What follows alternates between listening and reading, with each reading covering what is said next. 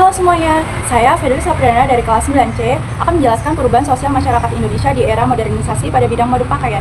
Perubahan yang paling kasat mata terjadi di bidang mode pakaian. Pada masa ini, masyarakat Indonesia mulai mengikuti mode pakaian dunia secara lebih luas, melebihi masa-masa sebelumnya. Perkembangan ini diiringi dengan turunnya retail pakaian modern di berbagai daerah. Contohnya, dari busana tradisional atau busana sehari-hari.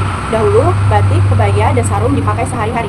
Sekarang, masyarakat Indonesia cenderung menggunakan kaos, celana pendek, dan pakaian yang lebih mudah digunakan dan nyaman. Yang kedua, seragam sekolah dan seragam kantor. Dahulu, seragam sekolah dan seragam kantor menggunakan pakaian tradisional. Sekarang, seragam sekolah dan seragam kantor menggunakan kain yang lebih mudah digunakan dan lebih ringan. Halo semuanya, perkenalkan nama saya Claudia Dwi Kristiani dari kelas 9C.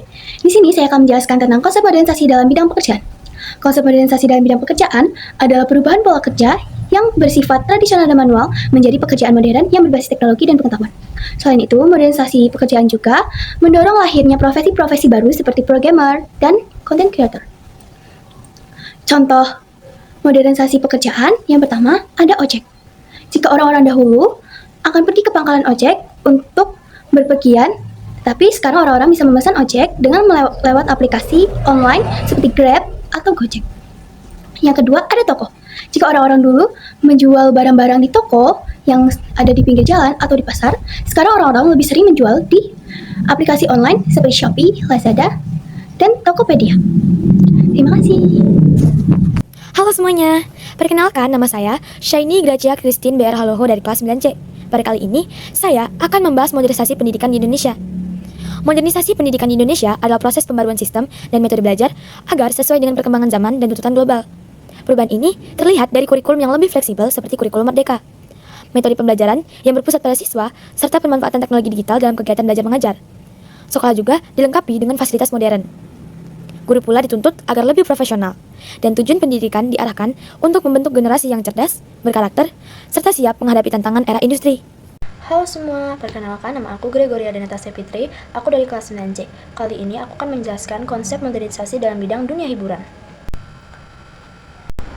Modernisasi hiburan di Indonesia adalah proses pembaruan yang membuat hiburan semakin maju dan sesuai perkembangan zaman. Jika dulu hiburan hanya bisa dinikmati lewat radio, televisi, atau bioskop, sekarang hadir dalam bentuk digital seperti streaming film, musik online, podcast, hingga media sosial. Kontennya juga lebih